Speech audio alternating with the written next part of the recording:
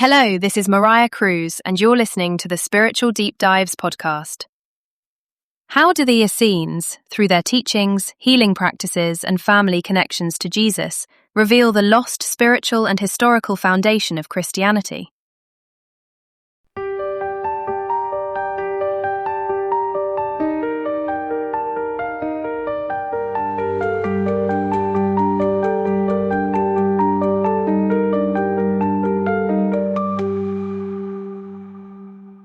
The story of Jesus didn't begin or end with the Gospels.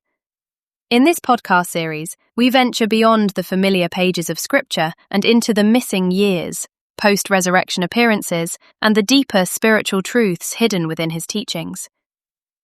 Drawing from the wisdom of the ascended masters, historical research, and ancient spiritual traditions, we would explore Jesus as a divine man who walked a path of mastery that revealed the true science of spiritual enlightenment and soul liberation.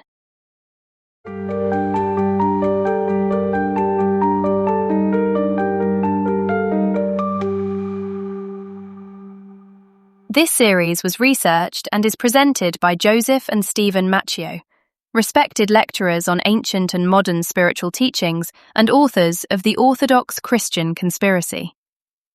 Be sure and check the show notes for links to the resources mentioned in this episode. So let's dive right in.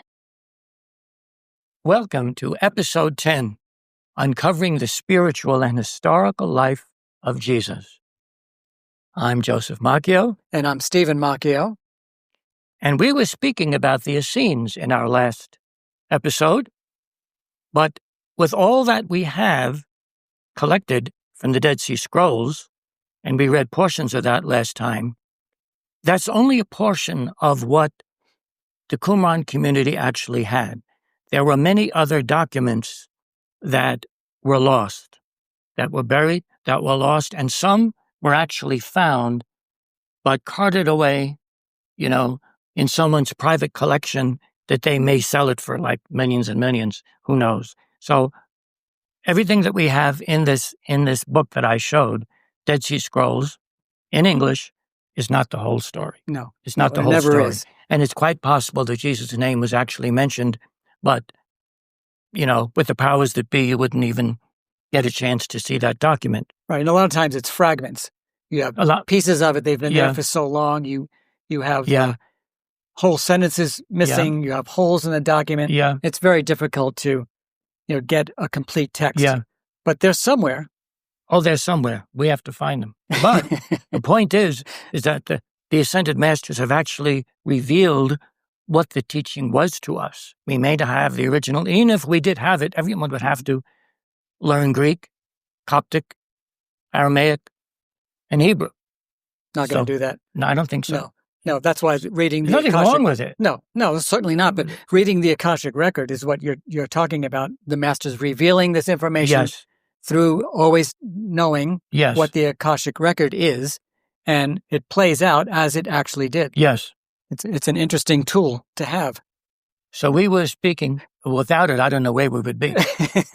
We were speaking about the Essenes, and there was also a center besides Qumran of Essenes at Mount Carmel in the area of what is now the city of Haifa on the coast of Israel. Now, there was an Essene temple located there, which has never been excavated. Well, if you read the readings of Edgar Cayce, and I'm not putting any stamp of approval on Edgar Cayce, or I am not saying that he is wrong or right, but he's been spoken highly of in certain respects by the masters. But he did say that there was an Essene temple located on Mount Carmel. Well, it has never been excavated, and right now Mount Carmel has basically been taken over by the Roman Catholic Church and dedicated to the Carmelite order and to Our Lady of Mount Carmel. Now, this area of Mount Carmel was where the prophet Elijah went in a cave. And you can go there today and they'll say, this is Elijah's cave. Whether it's not the cave or not is another story. But they will show you the cave of the prophet Elijah. There was a connection between all of these Essene groups. The Qumran group, the Therapeutae, or the healers in Egypt, and the Essenes at Mount Carmel. There are many names associated with the Essene temple mentioned in the readings of Edgar Cayce. Some of these teachers, both male and female, were actually directly involved in education of Jesus and Mary. Now, two names that I recall are Judith and Josie, two women Essenes that were involved, according to Edgar Cayce, with the training of Jesus. They also were responsible for setting up Jesus' eventual caravan journey to the east in his early teens. Very interesting. So the Carmel Essenes actually studied astrology, other religions. They believed in reincarnation, pre-existence of the soul, and were versed in prophecy. Now, Josephus also mentions this, and if you want to know about Josephus, look on the internet, look him up. They'll tell you what his writings are. If you look up the Essenes, you'll get excerpts from all the famous writers, Philo, Josephus, on the Essenes and what they believed in. It's very interesting to note that the Essenes and the people you're talking about were more open to other religions and information than the creation of Christianity, where everything closed down and now you were stuck into a little bubble that you couldn't go out of. Yet all of this is pre-Christianity. Oh, yeah. Jesus is just young yet. He hasn't even started his mission. No. And, studying other religions, that wasn't allowed. I couldn't do that when I grew up in the Catholic Church. Well, you could have done it. Well, I couldn't have to tell anybody. I couldn't tell anybody. That was a sin. You could have told me. I'm not going to tell you anything. You were practicing to be an altar boy, and then I'm in trouble. What's going to happen to me? So I stay away from everything. I just stayed quiet, did my own thing. No, but it's very interesting. Now you're not quiet in the least. No, you're nowhere near quiet. I'm coming out of my shell. Well, no, it's true, Stephen. The difference between what Christianity had become and what it was, and this is before Jesus. It was during and before. However, unfortunately, no records or texts have ever been discovered from the Mount Carmel group. Unfortunately, the Carmel Essenes were preparing also for the coming of the Messiah. But according to Cayce, the records of the Carmel Essenes actually wound up in the Library of Alexandria. Oh, so you could see all the reasons why they had to take that down. The destruction of that. There was many, many magnificent texts library there. Eventually. So much was lost. Yeah, so much was lost. Terrible. So now we go over to Mount Horeb. Let's take a trip over to Mount Horeb. Mount Horeb. Now, Mount Horeb also is another name supposedly for Mount Sinai. It may or may not be the same mountain. So there was another group of Essenes who lived on Mount Horeb, south and east of the Jordan River. This is according to the visions of one known as Catherine Emmerich. Now, she was a very interesting lady, Catherine Emmerich. So she was lived around the 1800s, I believe. Yeah, the early 1800s. Early 1800s. And she was a stigmatist, someone who bore the stigmata. She was a Catholic and Catholic nun. Yeah. And she had the stigmata in the hands and the feet. Yes. And at every so often at holy days and holy times, especially during Easter, she would have visions of the day-to-day life of Jesus. It's a fascinating read. I recommend it to anyone because it's literally a day-to-day vision where he wakes up and what does he do and where does he go and where does he walk to and who is he talking with and all of these intricate details.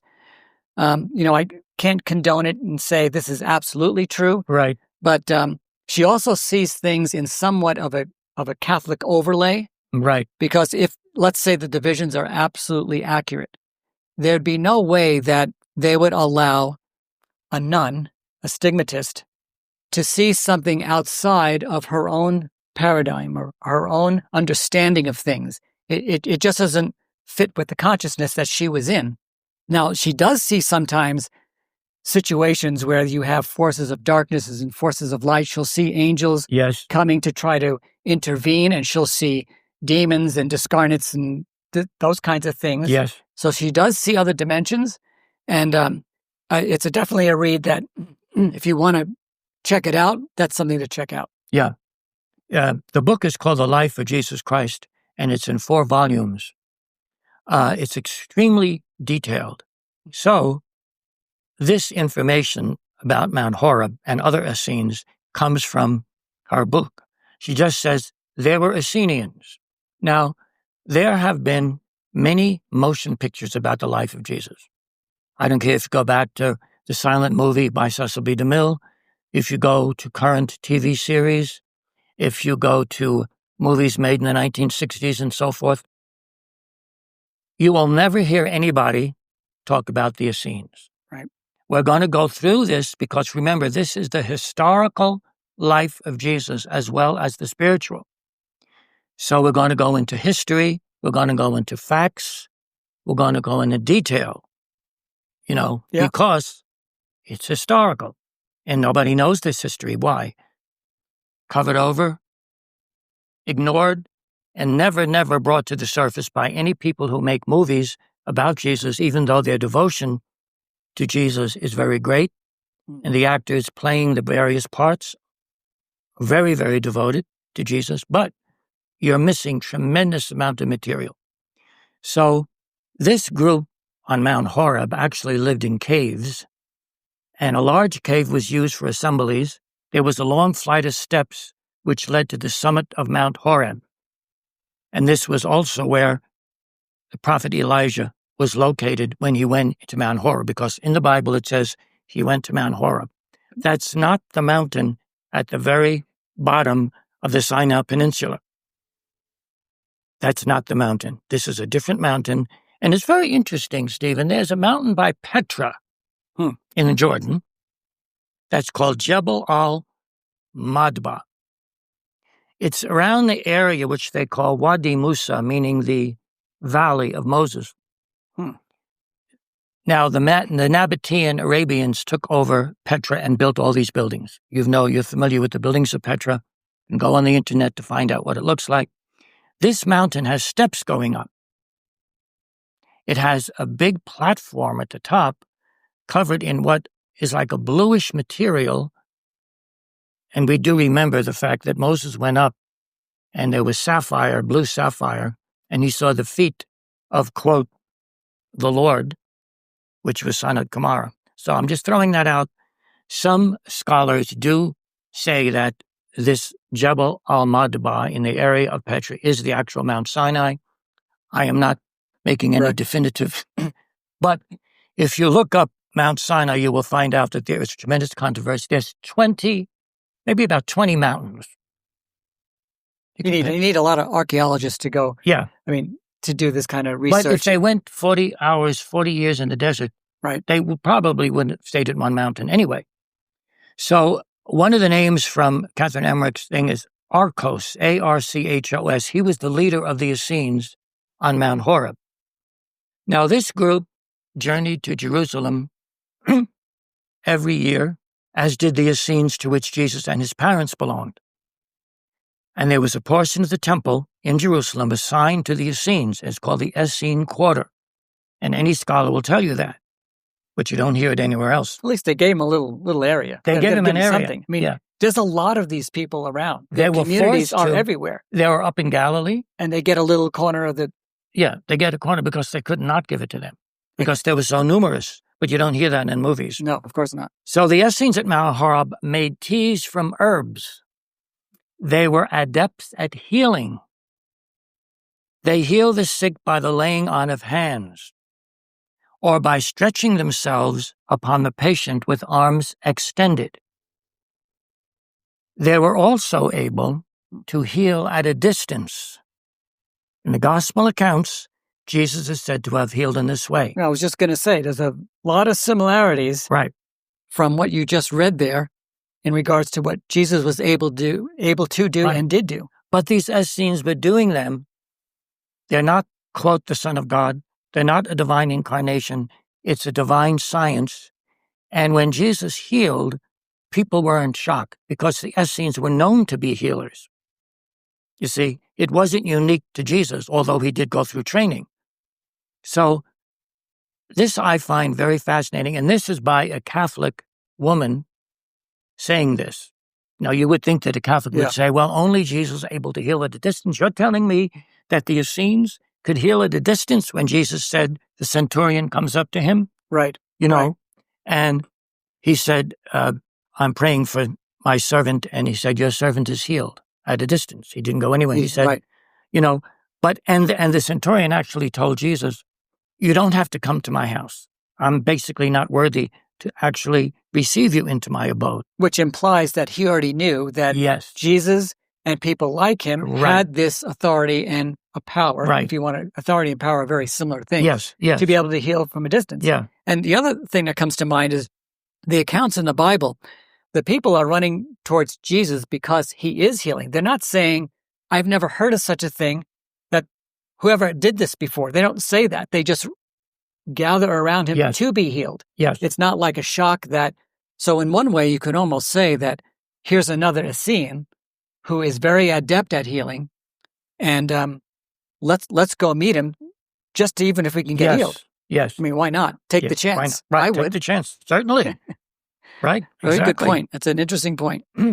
But, all of these communities, Essenes, Nazarenes, were disliked by the powers that be in the Jerusalem temple. Sounds familiar. They were disliked by the Pharisees, disliked by the Sadducees, right? Well, yeah. Well, they're not going to like them. They're doing things that the Pharisees and the Sadducees cannot do. They can't.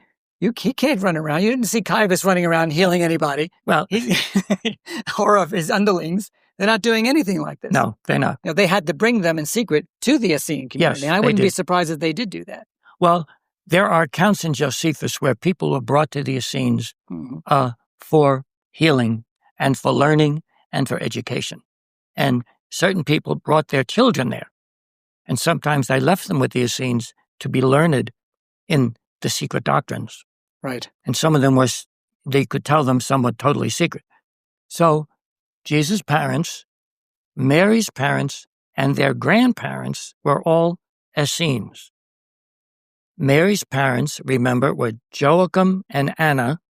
They also owned property in the city of Sepphoris in Galilee and in other areas. And this comes also from Catherine Emmerich. Yes. They were not poverty-stricken, and they did not wear the same clothes over and over again. This has always got me in all of the movies. I don't care if they're TV shows or not, but they show the disciples, Jesus, Mary, as ragamuffins. It looks like they can't even afford, they're like burlap sacks on them.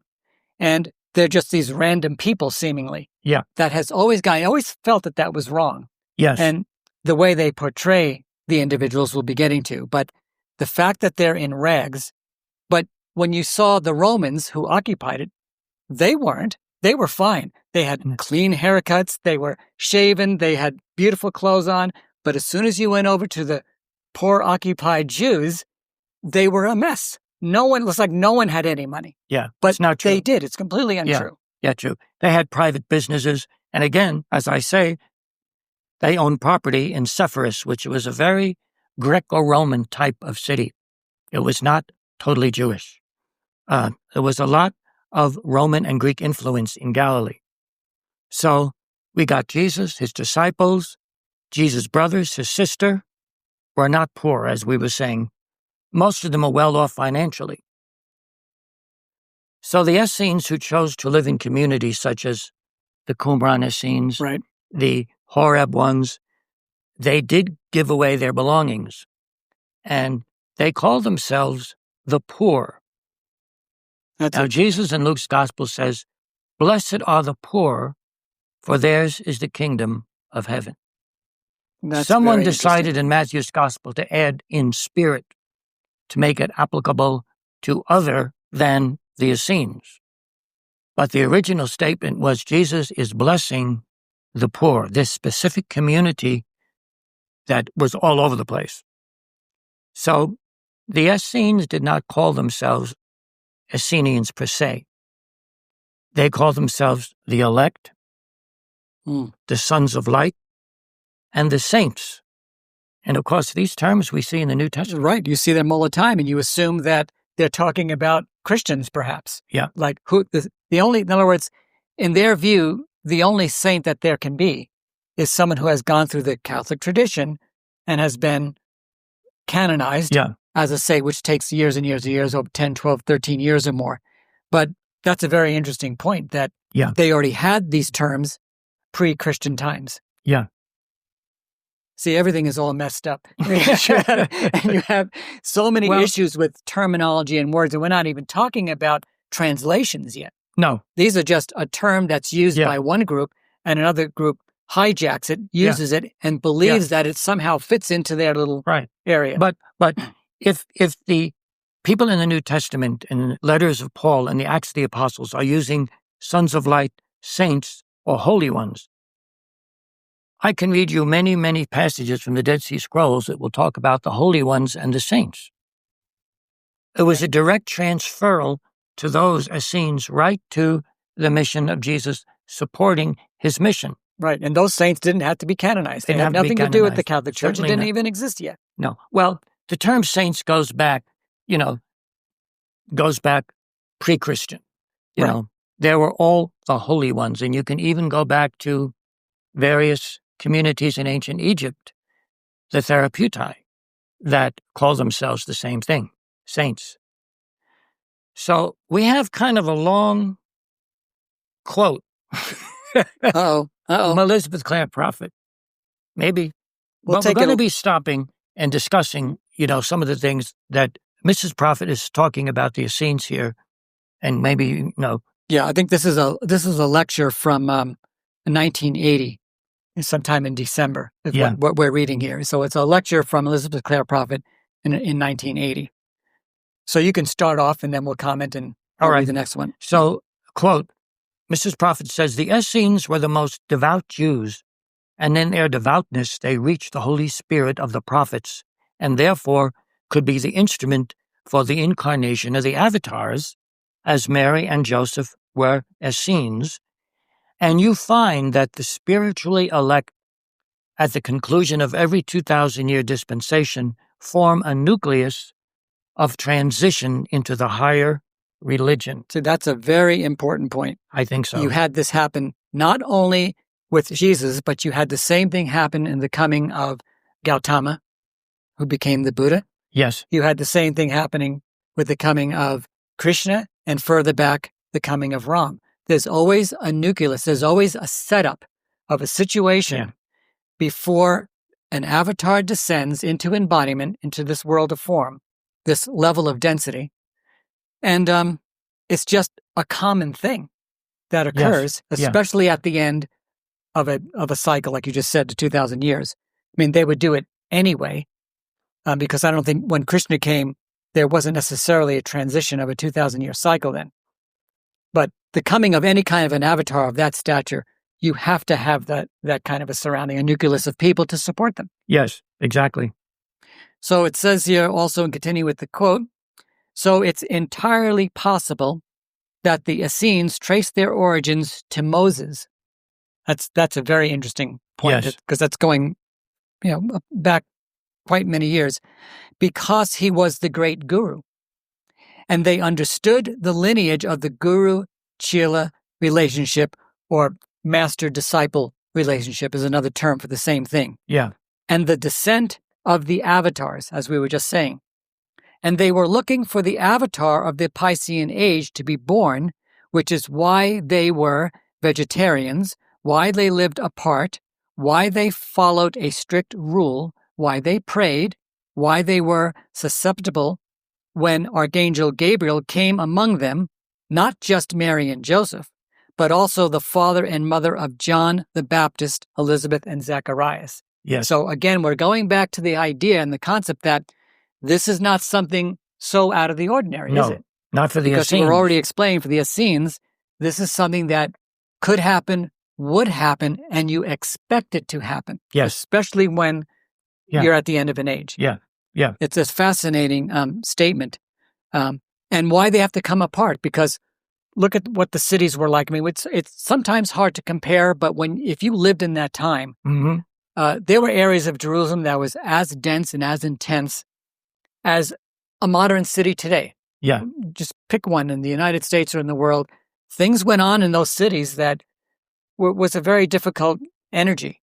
And I think in Catherine Emmerich's book, there's a time where Jesus himself would sometimes avoid various areas of the city, he would even walk out of the way for miles to avoid a certain section of Jerusalem and go somewhere else. He would.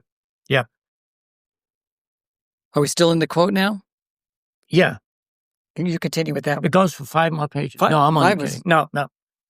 And so they're fasting and they're praying and they're disciplines and they're following the inner teachings of the Great White Brotherhood. Now, the Great White Brotherhood is not just something that some people made up in modern times, starting in the 1800s with Theosophy, but it goes back thousands of years.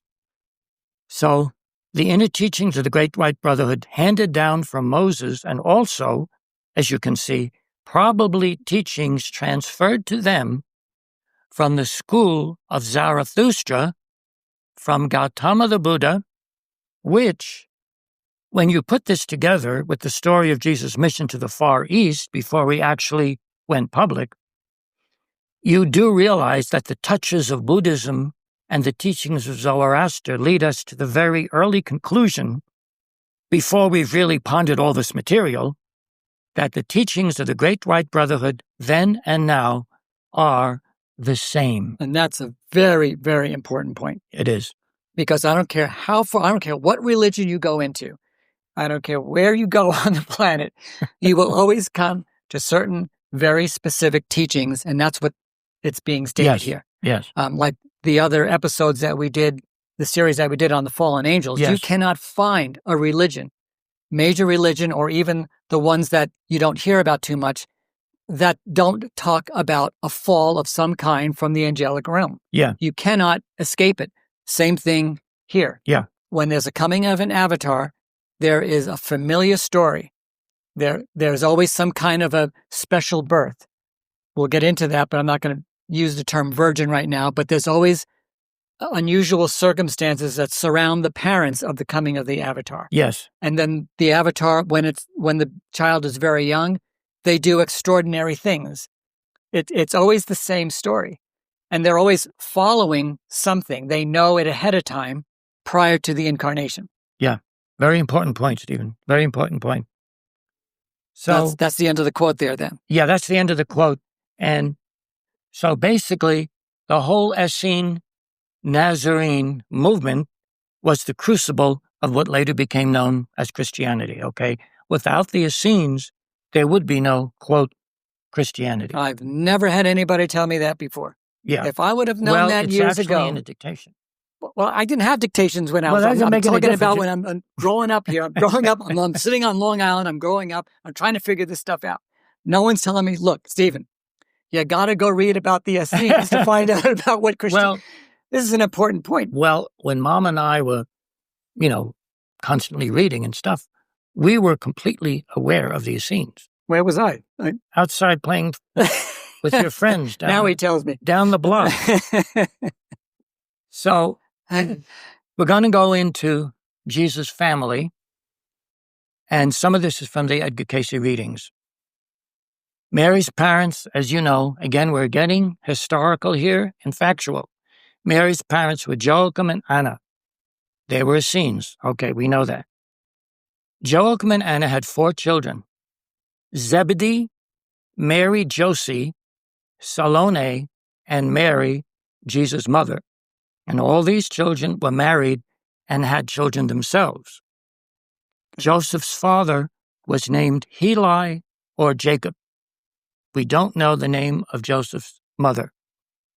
So Joseph's brother, Alphaeus, married Mary Cleopas and had 5 children, 4 of whom were among the 12 disciples. Out of the 12 disciples, 6 were Jesus' first cousins. See, there you go again. But here we go again with no information given from any readings that you're given. See, I remember that my parents, who were strict Catholic, and that's fine, they could not read outside of the books that did not have the Catholic imprint on it. Imprimatur. Mm-hmm. A stamp of some sort. Yeah. And if you're looking through a religious book and you don't see that imprimatur there, you can't read that book. Right. Well, I want you to know that our family, eventually went into the teachings of the Ascended Masters. All of our searching blossomed into a very deep association with and study of the Ascended Masters' teachings. And part of it was because of reading things like Edgar Cayce or going off. I remember comparing the teachings of Krishna with the teachings of Jesus. Yeah. And they were identical. It was like, who stole from who? Well, obviously, Krishna was way, way further back in time than. Yeah. So it started to become obvious that something is really going on here. So the alleged one true church seemed to be getting information from another alleged one true church that happened to exist over 500 years prior to that. So exactly. Let's continue. So now you're saying that, you're not saying it, but Edgar Cayce, this is and part others, of his readings. 6 were Jesus' first cousins. So it's not a question of Jesus walking in the streets and saying, I think I'll pick out this person. I don't know him, of course, but follow me. Yeah. He'll drop everything and just do it. And say, who are you? Should I follow? Now, sometimes that's apparent in various movies and books about Jesus. So Zebedee, okay, we're going to go back to Zebedee. Zebedee was the son, again, of Joachim and Anna. He married a girl named Salome and had 4 children. 2 of those children were James and John. They're very important disciples. Very, very important disciples. Very close to Jesus and really And as a matter of fact, they are ascended, both of them, in the ascended state. As we sit here, they're both ascended, and John ascended at the close of that very embodiment. So, after giving birth to Jesus, Mary and Joseph had 2 sons, James and Jude. And I think Cayce says there was also a daughter named Ruth. Interesting. But she had a little problem accepting Jesus, as being, quote special, that he was like the Messiah. But she did come around, according to these readings. Jesus' brother James took the vow of the Nazarite. And Stephen was mentioning in the past that Samson, in the period of the Judges, also took the vow of the Nazarite, and the Nazarites did not cut their hair. And if you look, interestingly enough, if you look at the famous Shroud of Turin and you look at the back figure, Jesus' hair is all the way down to the middle of his back. Mm-hmm. So you might say that Jesus was definitely a Nazarene. However, Jesus' brother James was much stricter than Jesus was. Jesus would eat with, and drink wine. And I think the Nazarites or the Nazarenes, some of them, forsook any kind of liquor. So, according to traditions preserved in Britain for centuries, we're coming back to Joseph of Arimathea. He was the younger brother of Joachim, the father of Mother Mary, and therefore the great uncle of Jesus. We always, when you read the scriptures, Joseph of Arimathea is here and there, but not much is said about him. You always get the feeling that there's something more about this person that no one is telling you about again. Right. So here we have this very important person who was very, very wealthy. He was involved in the trading of tin. And we're going to get to that. And we're going to get into that. So maybe we should stop here for this episode. And in next episode, we're going to continue with Jesus' conception and birth and a little bit more about Joseph of Arimathea. And he's somewhat of a mysterious figure, but we're going to uncover what he actually did and his important role in this whole drama. Thank you for watching. Thank you.